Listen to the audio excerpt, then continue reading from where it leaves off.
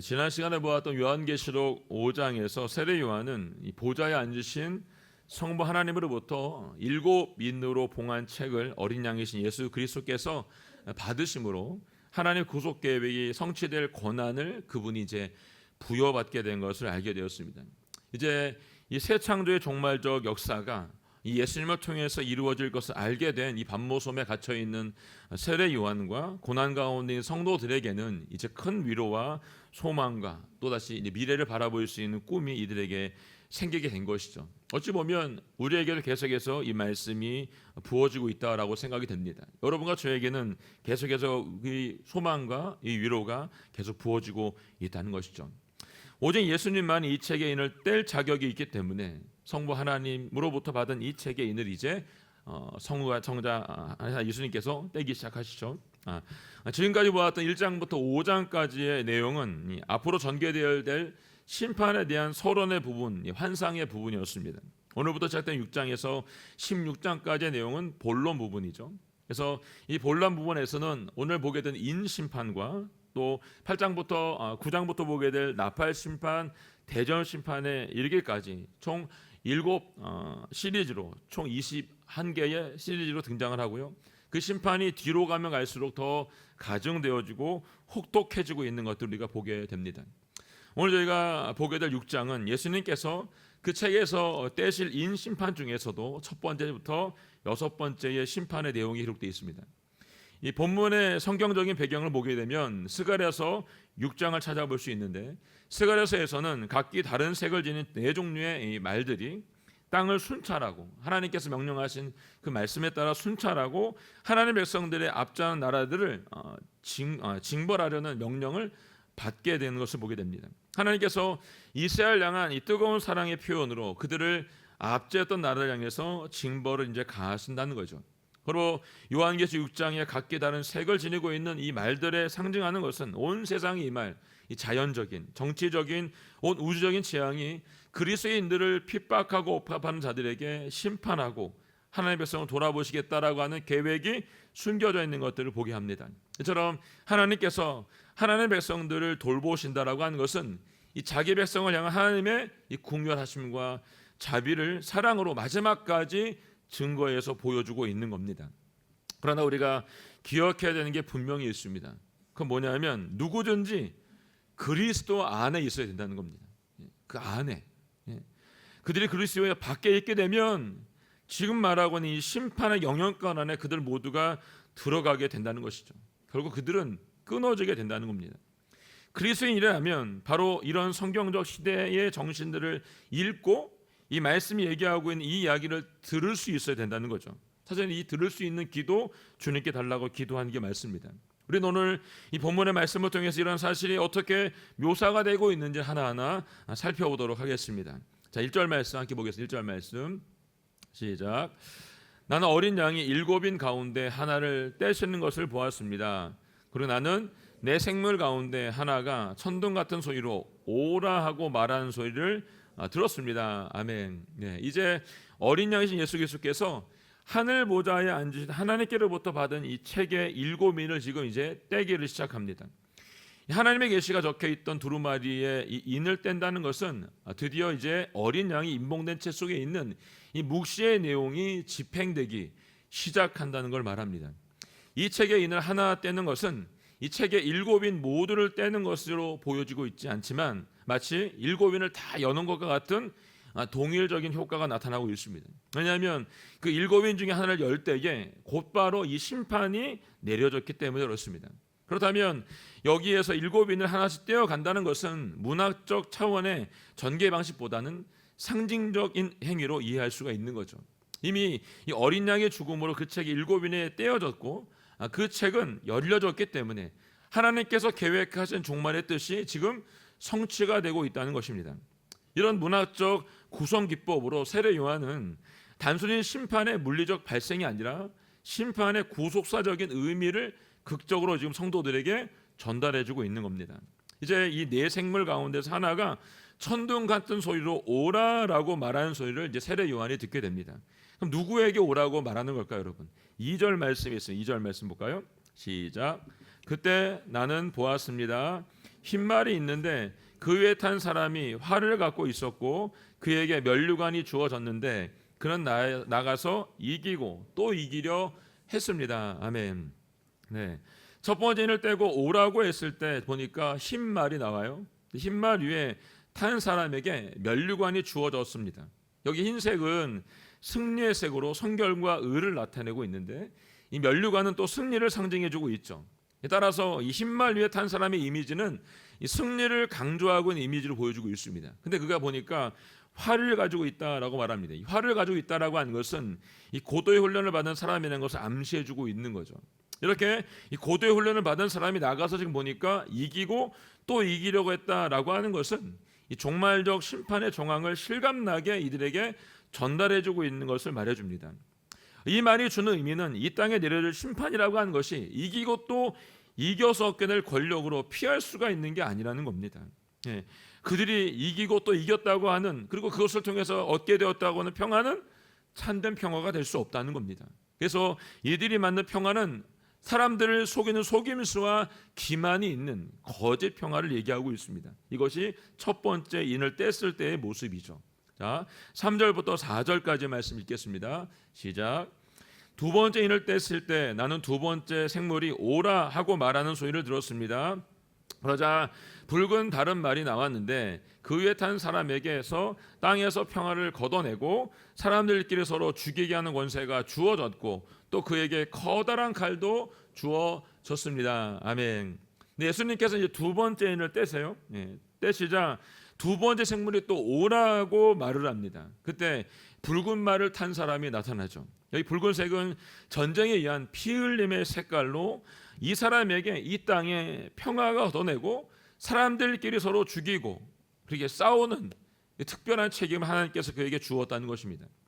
이런 심판을 위한 책임을 주신 분이 누구냐면 하나님이시기 때문에 그분의 주권을 지금 어찌 보면 이들에게 강조해 주고 있는 부분이기도 합니다.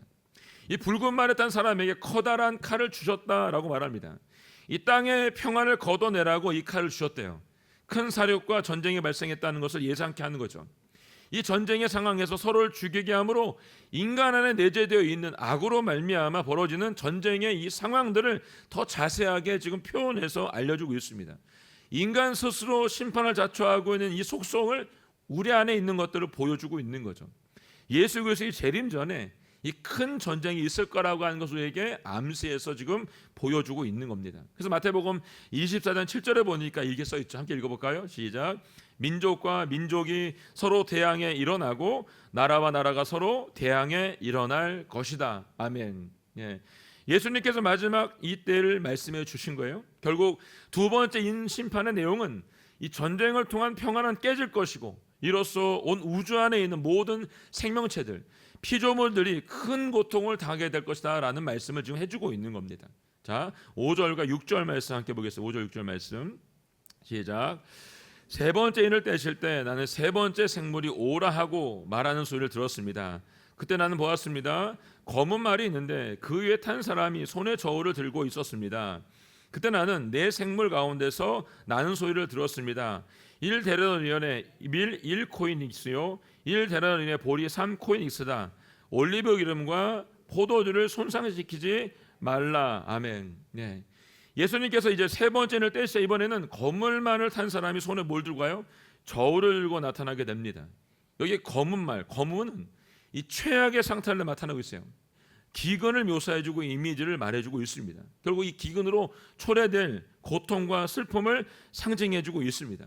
여기 보니까 지금 저울을 들었대요. 밀과 보리를 측량할 수 있는 도구입니다. 여러분 가진 성경책 하단에 보게 되면 이 1코이닉은 뭐라고 되어 있습니까? 그리스의 측량의 단위로 1리터 정도라고 얘기해 있고 1데나리온은 당시 노동자의 하루 품삯에 해당한다라고 이렇게 되어 있습니다. 결국 이들이 여러분 1데나리온 1코이닉 1데나리온 보리 3코이닉을 가지고 있다는 것은 뭐냐면 하루 종일 일을 해도 여러분 한 사람이 먹을 만큼의 분량도 나오지 않는다는 거예요. 여러분 그만큼의 음식밖에 얻을 수 없었기 때문에 지금 이들에게 심각한 경제 위기가 왔다는 것을 보여주고 있는 겁니다. 그리고 올리브 기름과 포도주를 손상시키지 말라고 한 것은 하나님의 궁휼하심을 끝까지 얘기하는 거예요. 연약한 자들, 서민들의 기본적이 되는 식용품과 의약품과 음료는 보호하고 있다는 것을 얘기해주고 있습니다. 마치 에스겔서 4장 16절 말씀에 이렇게 써있는, 함께 읽어볼까요? 시작. 여호와께서 내게 말씀하셨다. 사람아, 내가 예루살렘의 식량 공급을 끊을 것이니 백성들은 근심에 쌓인 채 빵의 무게를 달아서 먹고 두려움에 쌓인 채 물의 양을 재어가며 마실 것이다. 이렇게 말씀하세요. 기근의 상황이 얼마나 악한지, 얼마나 힘이 들고 있는지를 연상케 하고 있죠. 예수님의 재림 전에 있을 기근에 대해서 마태복음 20장 7절에서 보게 되면 곳곳에 기근이 생길 것이다라고 알려줬습니다. 그리고 이 모든 일은 진통이 시작될 뿐이라고 말해요. 아직 나오지도 않았어요. 진통이 시작된 것을 얘기해주고 있습니다. 이 세 번째 인의 심판은 최후의 한계 상황에 달한 기근이 아직 오지 않은 것을 얘기해주고 있어요. 왜냐하면 비록 저울을 질하고 있지만 저울에 달아 먹을 수 있는 곡식이 아직 남아있기 때문에 그래요. 또한 이거 부족한 곡식 가운데 대용물이 될 수 있는 올리브유과 포도주를 하나님께서 그래도 남겨놓았기 때문이죠. 그러나 하나님의 자비가 언제까지 계속될지는 아무도 알 수가 없는 거예요. 지금도 우리는 이 시기를 보내고 있는 거죠. 근데 이 고난이, 이 심판이 언제 올지 우리는 아무도 알 수 없는 거예요. 이 재앙들은 보다 더 고통스러운 재앙들의 서막에 불과한 거예요. 이 이후에 나오게 되는 이 심판들은 더 중합니다. 더 고통스럽고 피하고 싶어도 피할 수가 없는 고통 가운데 빠지게 된다는 것입니다. 마지막이 가까울수록 가난한 사람은 더 가난해지게 될 것이고 부유한 소수의 사람들은 자기가 잘난 맛에 더욱 자본을 동점하는 그런 어려운 시기를 갖게 될 것인가를 말씀해 주고 있는 겁니다. 자, 그럼 7절부터 8절 말씀 함께 보겠습니다. 7절 8절 말씀 시작. 네 번째 인을 떼실 때 나는 네 번째 생물의 음성을 들었는데 말하기를 오라고 했습니다. 그때 나는 보았습니다. 푸르스름한 말이 있는데 그 위에 탄 사람의 이름은 사망이요 음부가 그 뒤를 따르고 있었습니다. 그들에게 칼과 기근과 사망과 땅의 들짐승들로 땅의 4분의 1을 죽일 권세가 주어졌습니다. 아멘. 예수님께서 네 번째 인을 떼시자 이번에는 푸르스름한 말을 탄 사람이 나오는데 이 사람의 이름이 뭐예요? 사망입니다. 그리고 그 뒤를 음부가 따라오고 있다라고 말하고 있습니다. 이 전쟁이 일어나고 경제적으로 공격한 상황이 되었다면 그 다음은 뭘까요, 여러분? 죽음밖에 없죠, 여러분. 이 죽음이 남았어요. 하나님의 네 번째 심판이 죽음의 무대를 지금 열어서 우리에게 보여주고 있는 것이죠. 한번 그 그림 보여주실래요? 위 목사님께서 이 그림을 보여주고 계시더라고 보니까요. 앞에 있는 흰말, 붉은 말, 검정 말, 뒤에가 이제 푸르스름 말 이렇게 나오는 것들을 보여주고 있죠, 여러분. 이 말들이 하나하나 나올 때마다 지금 이 일들이 벌어지고 있는 것을 얘기해주고 있는 거예요. 지금 네 번째 심판, 이 죽음의 무대를 보여주고 있는 심판이 보여지게 되자 이 땅에 사는 사람들의 4분의 1이라고 하는 사람들이 어떻게 해요? 상징적인 수로 전쟁과 기근과 사망 혹은 질병과 땅의 모든 짐승들로 인해 죽을 것이다라고 지금 알려주고 있는 거예요. 여기 사망은 다나토스로 사망이라는 뜻 이외에 치명적인 질병을 뜻하는 이야기입니다. 그러므로 예수님의 재림 전에 이 많은 질병들이 이 땅에 반드시 있을 것이라고 우리들에게 말씀해주고 있는 거죠. 실제로 여러분 14세기엔 뭐가 있었죠? 흑사병이 있었습니다. 18세기에는 콜레라가 있었고 여러분 19세기에는 스페인 독감이 있었어요. 20세기 말에는 사스, 신종플루, 메르스가 있었습니다. 그리고 지금 최근에 있었던 건 뭐예요, 여러분? 코로나죠, 여러분. 지금도 있습니다. 우리는 이 코로나를 겪으면서 우리 몸으로 깊이 이것이 얼마나 고통스럽고 아픈지를 새길 수 있었습니다. 이처럼 마지막 때가 가까우면 가까울수록 이 온 땅에 이 모든 일들이 온다는 겁니다. 근데 아직 다 오지 않았다는 거예요, 여러분. 이렇게 첫 번째 인부터 네 번째 인까지는 이 주의 재림의 직접적인 대환란의 시대에 있을 여러 가지 일들을 우리에게 보여주고 계시해서 알려주고 있습니다. 우리가 지금 살고 있는 이 세상이 지금 어찌 보면 이 마지막을 향해서 달려가고 있는 세상입니다. 그러므로 우리에게 필요한 것은 이 대환란에 대비할 수 있는 믿음을 우리가 준비하고 살아야 된다는 걸 말해주고 있는 겁니다. 여러분 이 믿음을 꼭 준비할 수 있기 원합니다. 자, 9절부터 12절까지 말씀 보겠습니다. 9절 11절 말씀 시작. 다섯 번째 인을 떼실 때 나는 제단 아래에서 하나님의 말씀과 그들이 가진 증거로 인해 죽임을 당한 사람들의 영혼을 보았습니다. 그들은 큰 소리로 외쳤습니다. 거룩하고 참되신 대주제여 언제까지 땅 위에 사는 사람들을 심판하시고 우리의 핏값을 갚아주지 않으시려는 것입니까?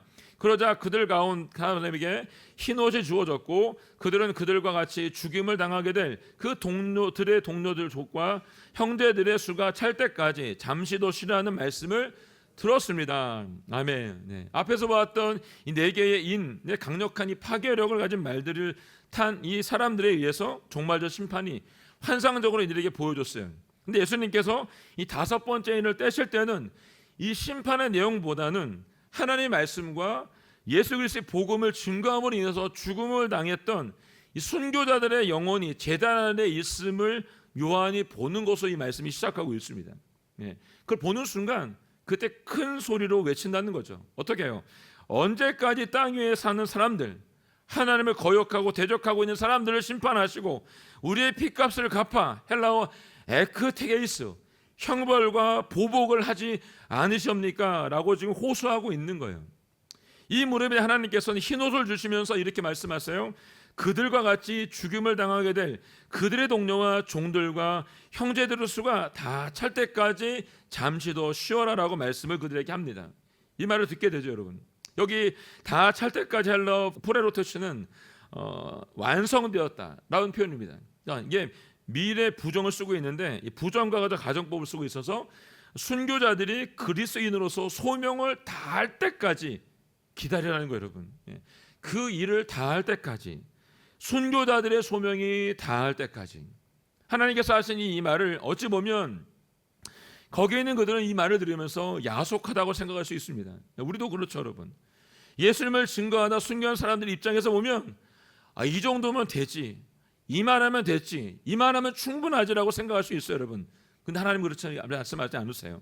더 많은 순교자가 그리스도인으로서 소명을 다한 자가 될 때까지 이 일이 있어야 된다라고 말씀을 하시는 거예요. 이 말이 어찌 보면 우리가 납득이 되지 않죠, 여러분. 그래서 우리가 고난과 역경 속에서 하나님 앞에 목이 쉬도록 토해내고 눈물이 마를 때까지 쏟아내어도 여러분 하나님께서 금방 답을 주지 않기 때문에 더 고통스러울 때가 있는 거죠. 이처럼 우리가 계획한 때와 하나님의 기대가 일치하지 않을 때가 더 많아요, 여러분. 우리는 금방 좌절하고 낙심할 때도 있습니다. 근데 오늘 11절의 말씀 여러분 다시 한번 조용히 묵상해 보세요, 여러분. 하나님께서 그들에게 잠시 더 쉬라고 말씀하신 것은 여러분 우리가 지금 당장 당하고 있는 고통에는 관심이 없는 하나님처럼 보이는 것이 아니라 여러분 그 관심으로 주님이 우리가 깨닫기를 원하는 마음으로 이 말씀을 하고 있다는 겁니다. 사랑하는 여러분, 아이들 키운 경험이 있는 여러분과 저는 아이들을 키우면서 많은 것들을 깨닫습니다. 배우죠, 여러분. 아이들이 넘어지고 깨어지고 힘이 들 때 우리가 손을 뻗어 도와주고 싶을 때 도와주지 못할 때가 있죠, 여러분.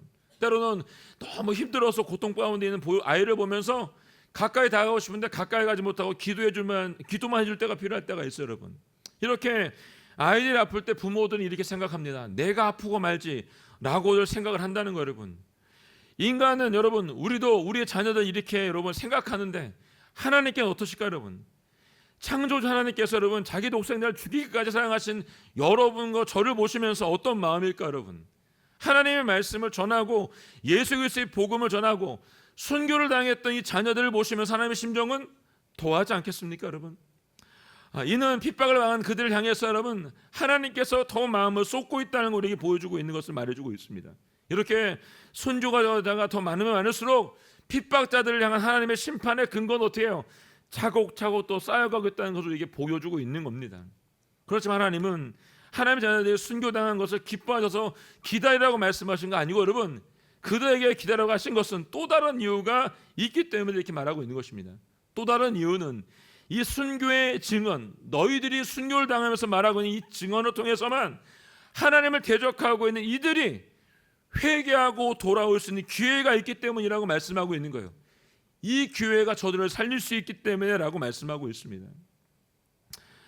공의 하나님께서는 이 땅에 예수 그리스도 믿는 하나님의 사람들만 구원하려는 것이 아니고 여러분 하나님 믿지 않는 이 땅에 있는 악인들에 대해서도 그들이 멸하는 방식을 사용하고 있지 않다는 겁니다. 주님은 그들 또한 돌아오기를 원하고 있다는 것입니다.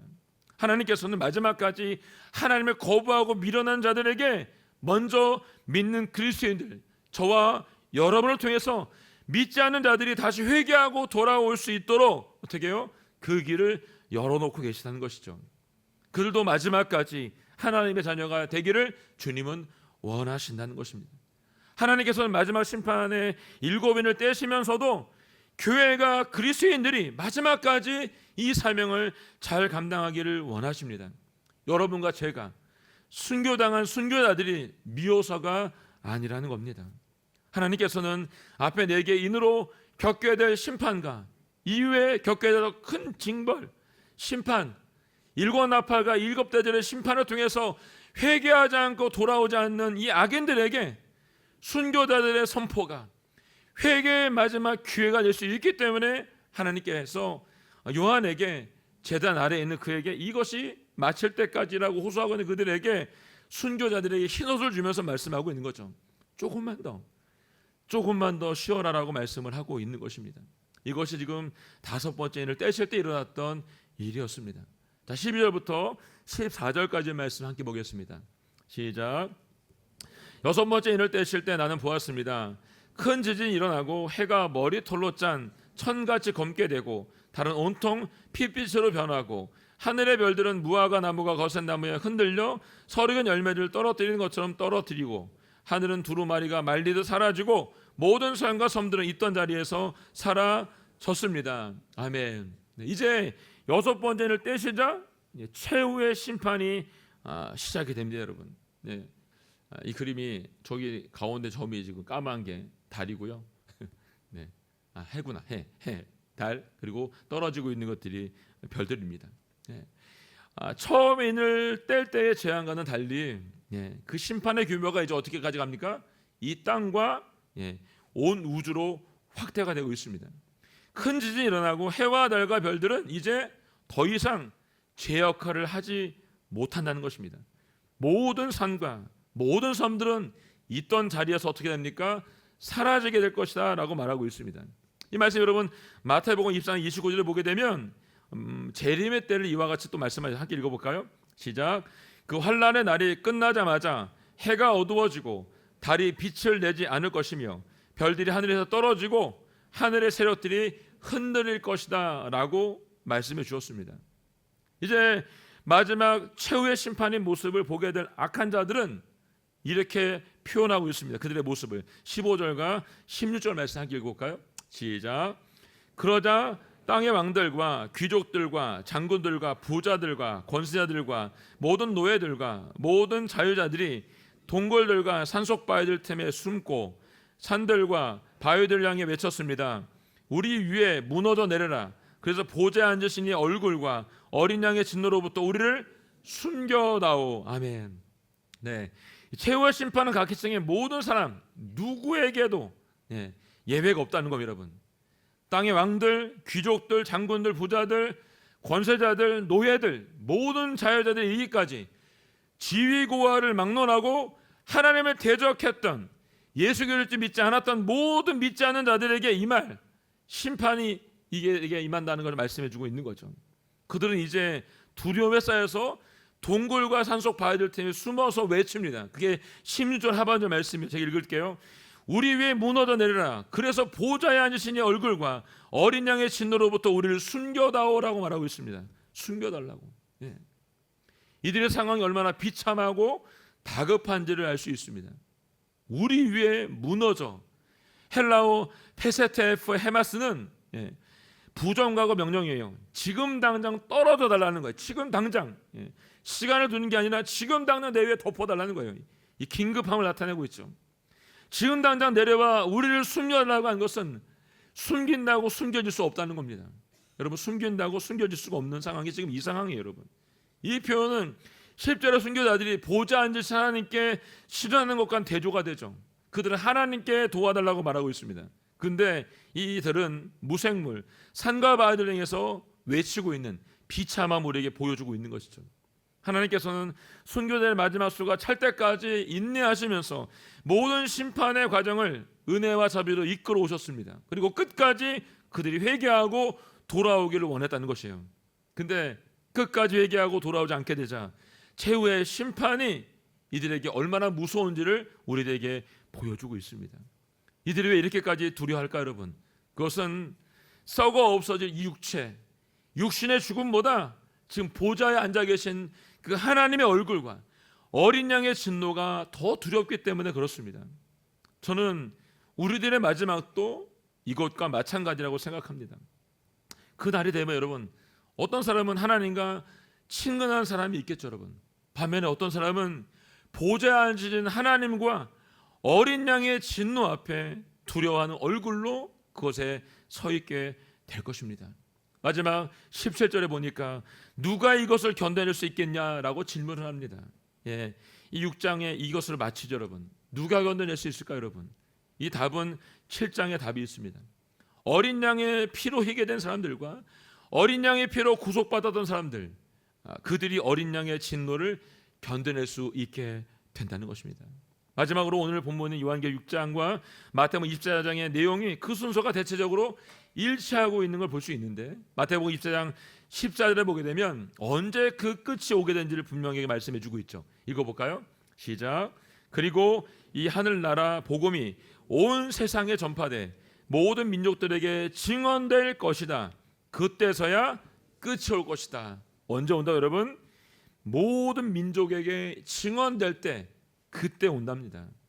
성도 여러분, 우리의 순교적 부르심은 하나님의 대적하는 이들이 회개하고 돌아오도록 하는 일에 여러분과 저를 불렀다는 것입니다. 이걸 잊지 마세요 여러분. 하나님의 심판은 이제 더 가중될 겁니다. 더 혹독해지고 더 아파지고 더 고통스러워질 겁니다. 이제 우리가 이 말씀을 계속 나누겠죠 여러분. 다음 주, 다다음 주에 계속 여러분. 계속 어려움은 가중될 거라는 거 여러분. 우리가 정말로 살아가야 될 이유가 있다라고 한다면 그것은 예수 그리스도 복음밖에 없습니다. 복음은 사람을 구원하고 복음은 그들로 하나님 앞에 서게 만든다는 것입니다. 이 어두운 세상 속에서 마지막 등불처럼 예수 그리스도를 부인하지 않고 주님만을 바라볼 수 있기를 예수님의 이름으로 선포합니다. 오직 주님 말씀 가운데 살아가는 은혜가 여러분 모두가 있기를 간절히 소원합니다. 남녀교회뿐 아니라 이 땅에 있는 모든 교회들 안에 주님이 주신 이 지상 명령을 순교적 증언을 통해서 나아가는 그 은혜가 우리 모두 가운데 있기를 원합니다. 이 일을 결코 잊지 마시고 여러분, 오늘 저에게 여러분에게 주신 이 부르심을 결코 끝까지 붙잡고 나아갈 수 있기를 원합니다. 사랑하는 여러분, 저와 여러분 이미 예수 그리스도의 십자가의 사랑과 부활의 승리로 승리한 자들입니다. 하늘의 상급을 기대하시면서 주님만을 바라보며 어린 양 신부 되신 그 분을 바라보면서 우리가 나아갈 수 있기를 원합니다. 이 땅에서 자랑이 되고 이름이 남는 인생이 아니라 이름 없이 빛도 없이 이 땅에 목숨을 들고 왔던 수많은 선교사들처럼, 아까 우리 김종현 단합반장님이 기도할 때 말씀하셨던 양화진 여선교사님, 루비 캐드리 선교사님 25세에 순교하셨습니다. 자신에게 1000개의 심장이 있다면 그 1000개의 심장을 모두 조선에게 주고 싶다고 말씀하시고 25세에 이 땅에서 순교하셨습니다. 여러분, 이름도 없이 빛도 없이 자기가 그 미국에 심어놨던 꽃씨가 자라 꽃이 폈다는 그 소식을 듣고 하루 종일 그 핀 자기 집 마당에 피어있는 꽃을 보면서 활짝 웃었던 그 여인이 마지막 순교의 피를 여기다가 심었다는 것이죠. 여러분, 수많은 선교사님들의 그 피가 이 땅에 신겨졌다는 걸 기억하시고 우리의 부르심은 무엇인지를 기억하고 살아갈 수 있기를 예수님의 이름으로 축원합니다. 오직 주님의 사랑이 우리 모두 가운데 있기를 예수님의 이름으로 선포합니다. 함께 찬양하고 기도하겠습니다. 오늘 찬양은 우리 보좌 앞에 모였네 함께 주를 찬양하며, 하나님의 사랑 그 아들 우리에게 주셨습니다. 그의 피로 우리는 구원받았습니다. 십자가에서 쏟아진 그 사랑 강같이 흘러넘쳐서 각 나라와 족속과 백성과 방언 구원받는 모든 곳에 우리도 쓰임받기를 원합니다. 이상 함께 부르고 기도하도록 하겠습니다.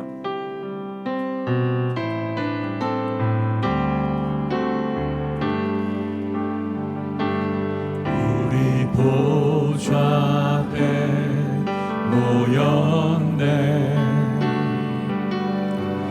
함께 주를 찬양하며 하나님의 사랑 그 아들 주셨네. 그의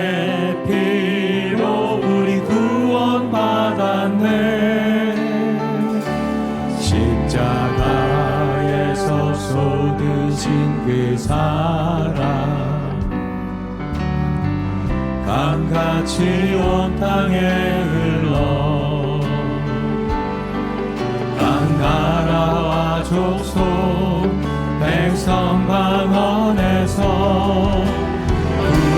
구원받고 주 경배 드리네. 구원하심이 보좌에 앉으신 우리 하나님과 어린 양께 있도다. 구원하심이 보좌에 앉으신 우리 하나님과 어린 양께 있도다.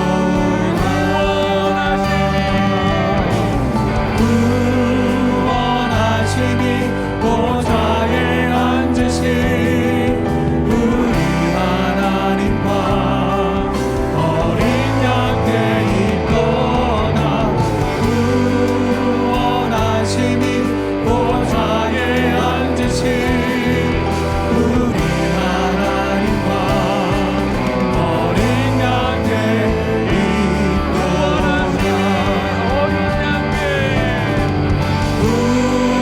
구원하심이 보좌에 앉으신 우리 하나님과 어린 양께 있도다. 구원하심이 보좌에 앉으신 우리 하나님과 어린 양께 있도다. 하나님 아버지를 부르셨습니다. 주의 말씀이 다 이루어질 때까지, 그 복음이 모든 민족에게 증언될 때까지 저희 한 사람 한 사람을 그렇게 불러주셨습니다.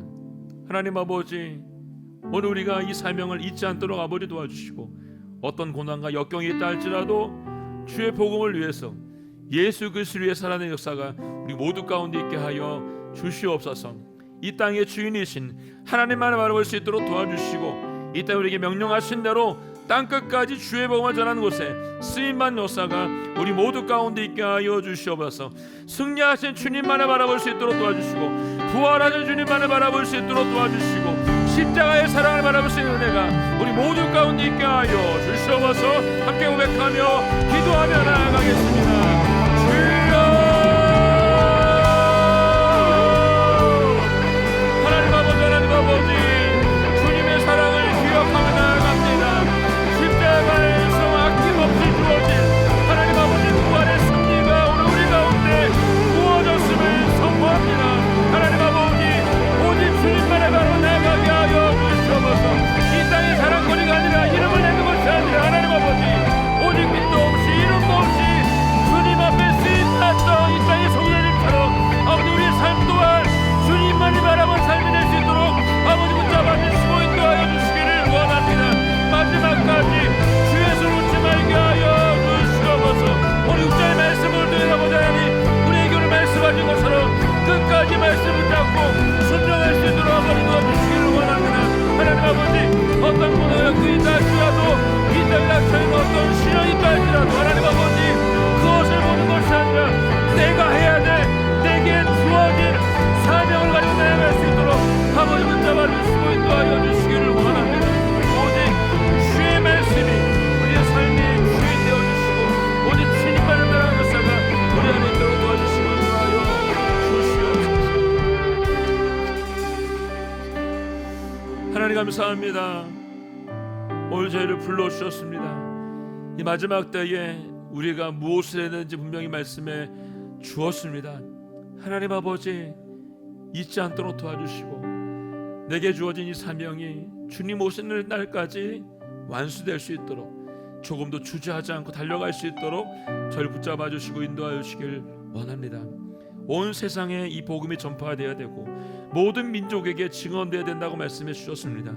하나님 아버지, 우리에게 주신 이 사명을 끝까지 전할 수 있도록 아버지 도와주시고, 주님 오신 그날까지 충성되게 쓰임 받는 저희 모두가 되게 하여 주시옵소서. 감사와 찬양을 주님께 드리며 예수님의 이름으로 기도하였습니다. 아멘.